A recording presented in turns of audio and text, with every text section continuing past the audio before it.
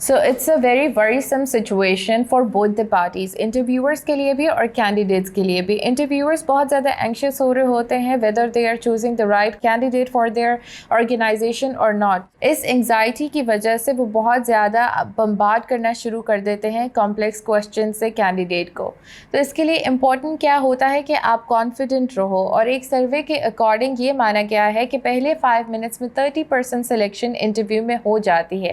تو یہ کس کی بیسس پہ ہوتی ہے کہ آپ کانفیڈنٹ انف ہو, آپ کا فرسٹ امپریشن اچھا جا رہا ہے, تو پہلے ہی 5 منٹ میں آپ کی 30% سلیکشن ہو گئی. اینڈ اٹس امپورٹنٹ کہ آپ یہ چیز انٹرویورس کو یا امپلائرس کو شو کراؤ کہ you are smart and high functioning enough. جب آپ یہ چیز کو شو کراتے ہو تو آپ نے انٹرویو کا جو ہے میجر ٹیسٹ وہ پاس کر لیا ہوتا ہے.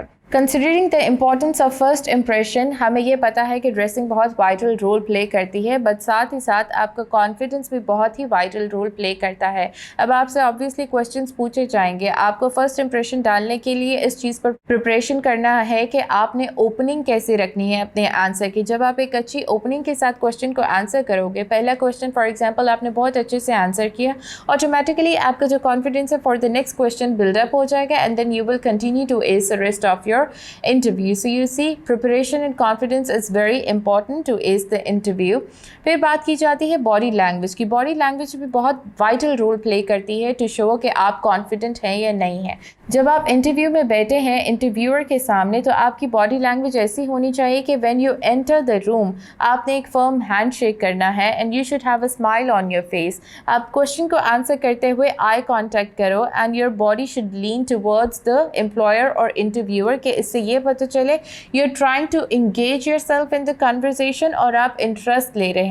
جو بھی کنورزیشن چل رہا ہے وہ فلوئڈ ہونا چاہیے, بہت اسموتھ ہونا چاہیے, and it should be back and forth. ایسا نہیں ہونا چاہیے کہ صرف ایک بندہ بول رہا ہے اور دوسرا صرف چپ کر کے سن رہا ہے.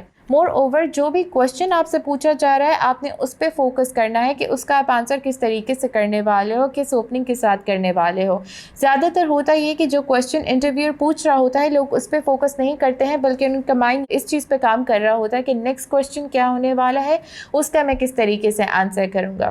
And show excitement and energy. جب آپ پوزیشن میں ایکسائٹمنٹ اور انرجی شو کرو گے تو آٹومیٹیکلی جو بھی امپلائر ہے یا انٹرویور ہے وہ آپ میں ایکسائٹمنٹ انٹرسٹ شو کرے گا. Cliched way to start an interview is to ask وہی typical question کہ tell me about yourself, یا جو بھی انٹرویو اسٹارٹ کرنے سے پہلے جو امپلائر ہوتا ہے یا انٹرویو ہوتے ہیں وہ کسی بھی بینٹر سے انٹرویو اسٹارٹ کرتے ہیں. بینٹر کسے کہتے ہیں؟ گڈ ہیومر وے میں کوئی بھی کنورزیشن لے کے چلنا یا کسی بھی اسمال ٹاک سے اسٹارٹ کرتے ہیں.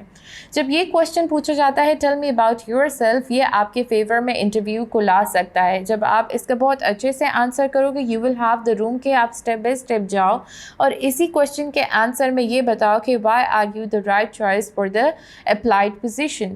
جب آپ اس چیز کو آنسر کر لیں گے آپ انٹرویو کو اپنے کنٹرول میں لا سکتے ہیں اور آپ ایسی سچویشن کو اوائڈ کر سکتے ہیں جہاں پہ آپ کو فردر کمپلیکس سچویشن کی طرف لے کے جایا جائے یا فردر کمپلیکس آپ سے کوشچنس پوچھے جائیں. کانفیڈنس از دا کی ٹو گڈ انٹرویو. اور کانفیڈنس کے لیے کیا چیز ضروری ہے؟ پریپریشن. پریپریشن آپ کس طریقے سے کر سکتے ہو؟ پریکٹس کے ساتھ. اب پریکٹس کے لیے موک انٹرویو جو ہے وہ آپ کو بہت زیادہ ہیلپ کر سکتے ہیں. موک انٹرویو کیا ہوتے ہیں؟ It's a simulation of original interviews, actual interviews. یہ ایکچوئل انٹرویوز نہیں ہوتے, ان کا ایک نمونہ ہوتے ہیں جسٹ فار پریکٹس. آپ اس میں موک انٹرویو میں بیٹھ کے سارے کوشچن کو آنسر کریں. یہ ایکٹیویٹی آپ کسی بھی کریئر کاؤنسلر کے ساتھ یا فرینڈ یا فیملی ممبر کے ساتھ کر سکتے ہو.